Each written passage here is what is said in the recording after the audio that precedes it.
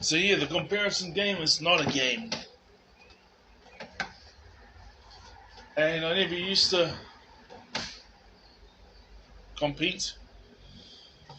Now, of course, like when you go to the festivals and stuff, when you're doing the kawaka or rugby or whatever, but money was not my first motive. But now it's like, since you just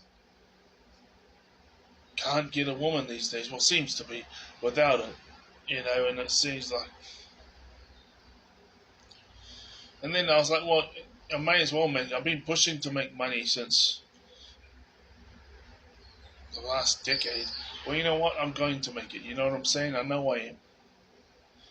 And that's just one thing that I'm afraid of is if I get it, because I've been questioning as to whether my parents have been narcissists because I've been working real hard on myself. I'd be lying if I didn't. If I didn't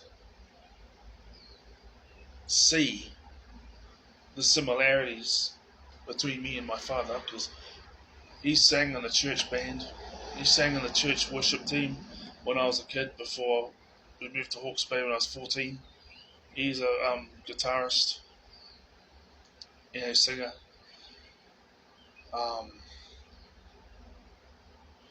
It's got a lot in common, but that's not the stuff that I had issues with. But there's a lot of good things, and that makes me question. Because another thing with autism is the black and white thinking. And so, in my mid-20s, I was like 24, like searching up like Asperger's and stuff, but it turns out that Asperger's is just level 1 autism. And so there's that, and then there's the...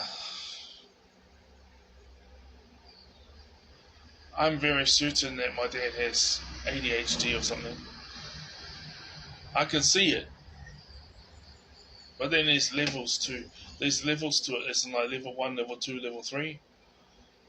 So he was able to hold a job. He was able to be site manager. And then after he was site manager for a number of years, he became his own building business. Does after being site manager for a number of years. And so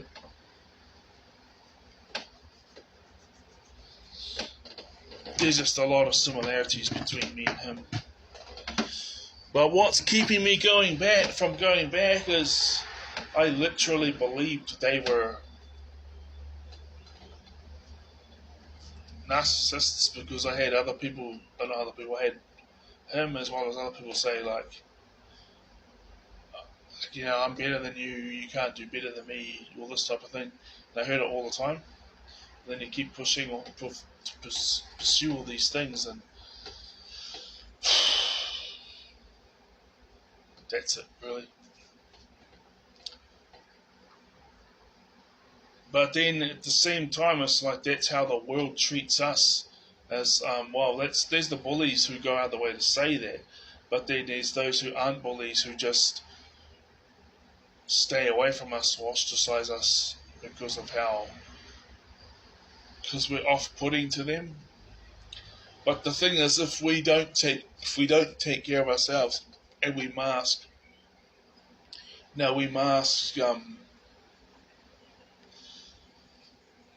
See, there was a moment there for about half an hour where I was thinking of things, and I didn't put things on here. I put it on here because it was just me thinking of things. But now I'm just like talking it through, and I was like talking to myself. But then, see, I unmask a lot when I'm here, and I try to be myself absolutely fully as much. I try to be myself. I do as much as possible whilst I'm uptown and all that. But when this comes on, I do the exact same thing, except for even more so. But when I'm here by myself, I'm usually just chilling out. So like last night, I was just chilling out. I'll show you. I don't have any video games that takes up too much time, but I heard that Mortal Kombat came out. And I was good at the fighting games and sports games. Like I could clock them, or I could win championships if it was the NFL or rugby. I could win championships and that type of thing on those games, and I could clock those games. But the other ones I couldn't when I was growing up, except for Crash Bandicoot.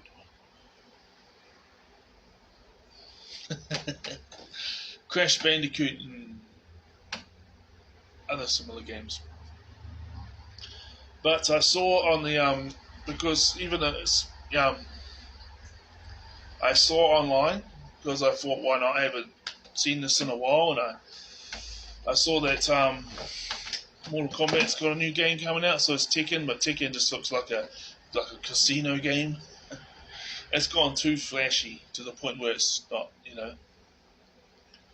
So of course I searched up the fatalities, brutalities, babalities, and animalities for the Mortal Kombat characters. So I was just chilling out watching that last night.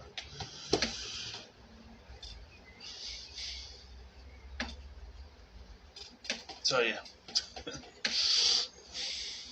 But then there's was it the whole comparison thing? Like money has become a main motive for me because I just get sick and tired of. Well, you want to shut the mouths of everyone who disrespected you. Because there's this thing, see, I don't hate newspapers, okay? Because the thing is I put myself in their shoes because they make up at least 90% of the population, neurologically wise. The last 10% is an admixture of there's autism, there's ADHD, there's bipolar, schizophrenia, and there's other ones. And then there's the levels to it, level 1, 2, 3, and then there's those who have an admixture of them. I've got an admixture of autism and ADHD. So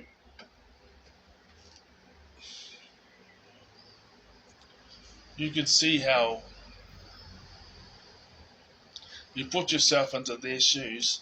If 90% of the people, they communicate, they act, and they have personalities and perspectives of 90% of the people, you'd think that you have to cater to the 90, right? But if you're like one of the so much overlap between the things, but especially autism and ADHD.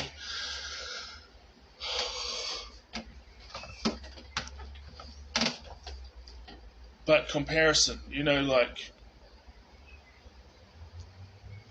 you just do a whole bunch of things that aren't right to the majority of people, and you don't even know you're doing it because they can clock that you're different within the first few seconds, like 30 seconds. They can clock that you're not. There's something that's different about you, right? And it's not like an ethnicity thing or religious thing. It's like something in your makeup, as in like, well, I suppose those things are part of your makeup, but like something else, something that's not visible, and there's the fear of the unknown gets kicked into play, and that's where a lot of the bullying comes from, because you have to take out the threat, and the threat is anything that's different, and well, we're not threats. We don't tend to be. We might be a threat to your social hierarchies, not because we intend to be. That's where you guys find comfort, but this doesn't work for us. So it's like we accommodate our own needs. Like we acknowledge people are there for certain jobs and certain positions, and you have to respect that. But it doesn't mean that they're better than us. And if we put in the hard work, we deserve to get the rewards as well. So yeah, that was a bit of a tangent. So, next one.